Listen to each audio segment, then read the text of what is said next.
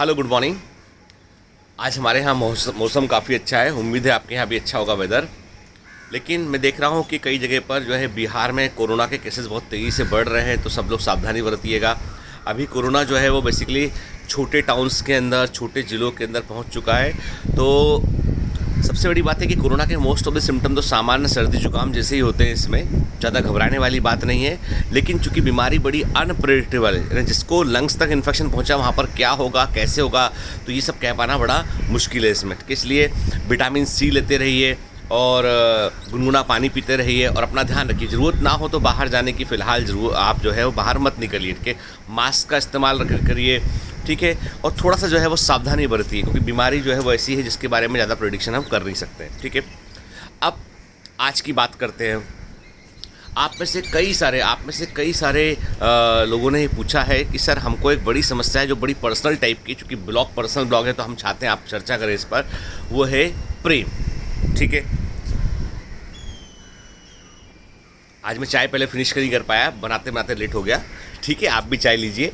तो प्रेम कि सर हमको जो है वो हमारी उम्र में जो है प्रेम का होना बड़ा नॉर्मल सा है और हम समझ नहीं पाते हैं कि हम कैसे डील करें इसको।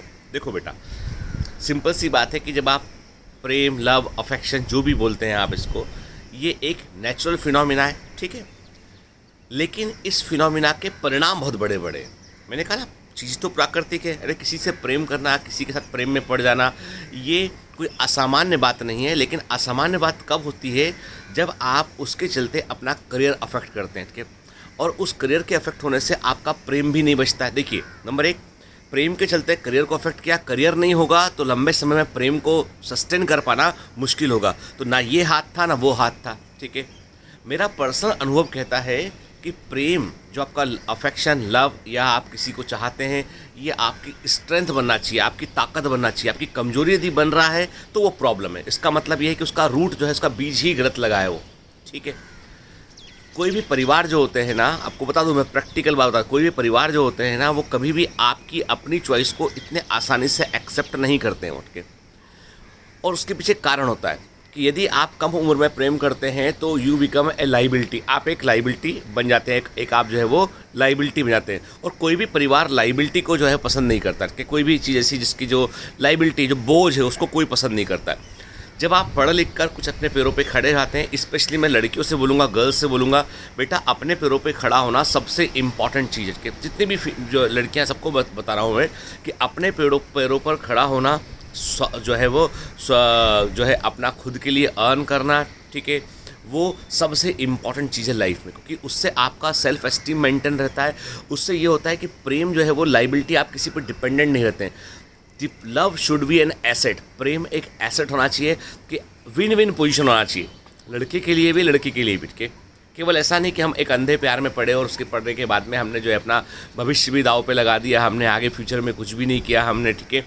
और हमारे पेरेंट हमको लाइबिलिटी समझने लगे, फिर छोटी छोटी बातों पर झगड़ा होने लगा, फिर छोटी छोटी बातों पर झगड़ा हुआ और फिर हमने अलग अलग हो गए, सेपरेट हो गए, ठीक है।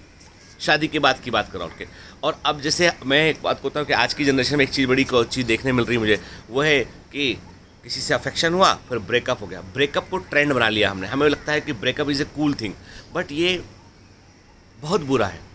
इससे आप संबंधों की वैल्यू करना बंद कर देते हैं। एक बार जो आपकी फीलिंग आती है ना, उसको दोबारा आप रेप्लिकेट नहीं कर सकते। यदि कोई फीलिंग्स को रेप्लिकेट कर रहा है तो वो फेक है। वो क्या है? वो फेक है। You can not replicate your same feeling again and again for the different kind of person. इसका मतलब ये आपकी हैबिचुअल प्रेमी है। आप कौन है? आप हैबिचुअल प्रेमी है। तो आपका कभी सस्टेनेबिलिटी लंबा नहीं रहेगा उसमें के, और जैसा आप बीज बोएंगे वैसे ही परिणाम मिलेगा उसका। तो मैं सभी लोगों को ये बोलता हूँ कि देखिए, अट्रैक्शन, प्रेम, फ़र्क है, बहुत फ़र्क है, ठीक है।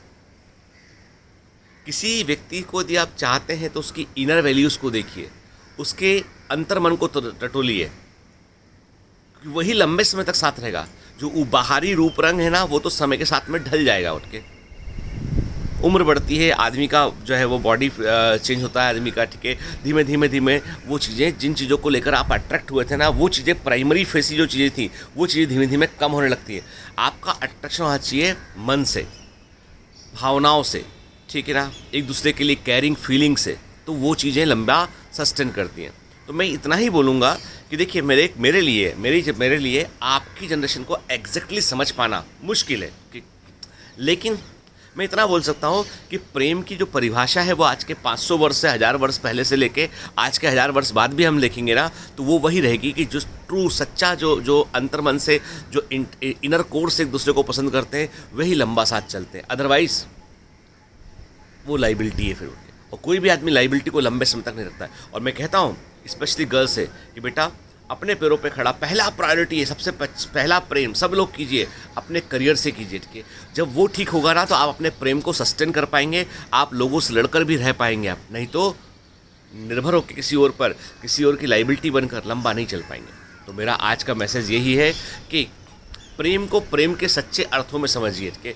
अट्रैक्शन को, सामान्य एक दूसरे से के प्रति लगाव को जो है उसको प्रेम मत समझिए, ठीक है। और दूसरी बात है कि संबंधों में ईमानदारी बरतिए। जब आप रिलेशनशिप में ईमानदारी बरतते हैं ना, तो आपको वैसे लोग मिलते हैं जो आपके प्रति ईमानदार रहते हैं। और याद रखिए, किसी को यदि कोई चोट लग गई आपके कारण तो वो तो हील हो जाएगी, किसी के लेकिन मन पे आघात हो गया, किसी का मन आपके प्रति, आपने किसी का मन दुखाया है, तो वो जो मन से जो दुआ निकलती, जो उसकी आहा निकलती है ना, वो ज़िंदगी में कहाँ किधर आपका पैर जकड़ ले, कहाँ आपको रोक दे, कुछ नहीं कह सकते। इसलिए लाइफ में हमेशा अच्छी चीज़ों को एक्सेप्ट कीजिए, लाइफ में हमेशा वो कीजिए जिसके बदले में आपको विजिबली और इनविजिबली अच्छी विशेष मिले। आप have a great day, all the best.